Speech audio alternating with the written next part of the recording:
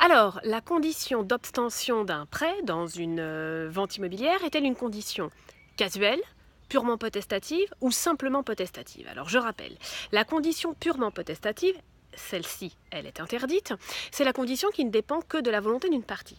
La condition casuelle, c'est une condition qui dépend totalement du hasard. La condition simplement potestative, qu'on appelle aussi la condition mixte, est celle qui dépend à la fois d'un élément extérieur et également de la volonté d'une des parties. Eh bien, la condition d'obtention d'un prêt est une condition mixte ou simplement potestative. Pourquoi?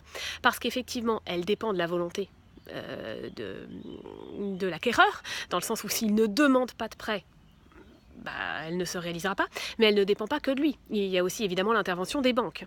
Alors là où je pense que ce qui vous gêne, c'est que vous vous dites, mais c'est très facile pour lui de ne rien demander, ou alors de demander des conditions qui sont totalement irréalisables. Enfin, si je demande un prêt sur 50 ans à un taux d'intérêt de 0,2%, c'est effectivement, je ne l'aurai jamais.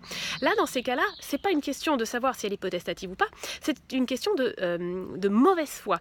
L'article, alors je crois que c'est celui-là, vous irez quand même vérifier, mais dans ma tête, c'est 1304-3 du Code civil, qui prévoit que si l'une des parties fait défaillir par sa mauvaise foi la condition, alors dans ces cas-là, on va considérer qu'elle s'est réalisée.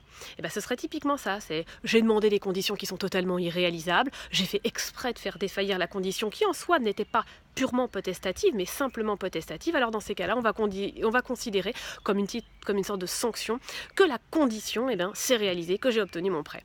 Voilà pour votre question.